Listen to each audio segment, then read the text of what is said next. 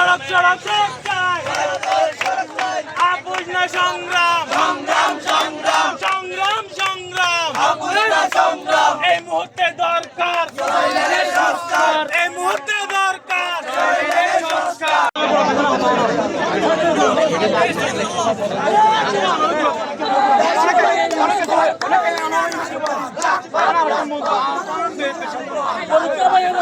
Already এরপরে Satkania কেরানীহাটে blockade হয়েছে, এরপরে লোহাগাড়ে আমরা করতেছি। 21 দক্ষিণ চট্টগ্রামের প্রত্যেকটি স্পটে আমরা ব্লকেট কর্মসূচি আজকে দিয়েছি, যেহেতু এটা দক্ষিণ চট্টগ্রামের মানুষের অধিকার, দাবি এবং মানুষের আকাঙ্ক্ষা। এই মৃত্যুপুরী পথ থেকে বাঁচতে হলে রাস্তা সংস্কার অবশ্যই করতে হবে। যদি রাস্তা সংস্কার না করে আগামীতে আপনার ভাই মারা যাবে, আগামীতে আপনার বোন মারা যাবে, আগামীতে আমার বাবা মারা যাবে, আগামীতে আপনার বাবা মারা যাবে। এটা কোনো গ্যারান্টি না যদি সড়ক চয়লেন না হয়।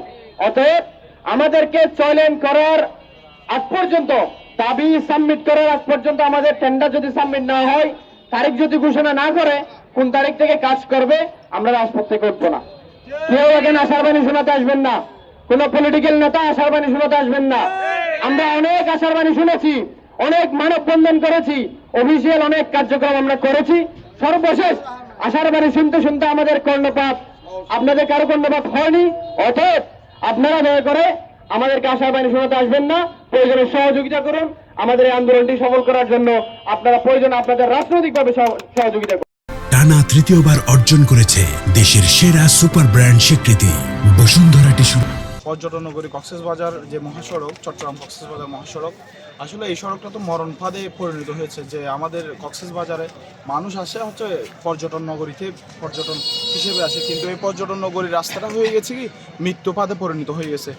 আমাদের এত আন্দোলন, সংবাদ সম্মেলন থেকে শুরু করে লিফলেট বিতরণ, মিছিল, সব কিছুর প্রিন্টারিম এখনও ঘুম ভাঙে নাই। সরকারের কাছ থেকে আমরা এখনও কোনো সুরাহা পাই নাই, সদুত্তর পাই নাই, যার কারণে আজকে ব্লকেট কর্মসূচি। আজকের পরও যদি সরকারের পক্ষ থেকে আমরা কোনো ধরনের সুরাহা না পাই, আমরা আরও ভবিষ্যতে কয়েকদিনের মধ্যে আরও বড় ধরনের আন্দোলনের ডাক দিই ইনশাআল্লাহ। আজকে যে সাধারণ পথচারীরা হেঁটে যাচ্ছে, এটা আসলে কোনো ধরনের দুঃখ নয়, কারণ যিনি হেঁটে যাচ্ছে এই আন্দোলনের সফলে, এই আন্দোলনের ফলে তার সন্তানকে তিনি পাবেন।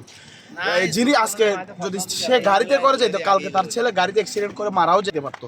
সুতরাং উনি আজকে একদিন কষ্ট করলেও উনি সামনের ভবিষ্যৎ, অদূর ভবিষ্যৎ উনি সফল হবেন। ওনার ছেলে যে ভবিষ্যতে ভালো থাকবেন, ওটা নিরাপত্তা উনি পাবেন। আপনারা জানেন ইতিপূর্বে এই সড়কটি 6 লাইনের জন্য প্রধান উপদেষ্টা মহোদয় অনুমোদন দিয়েছে।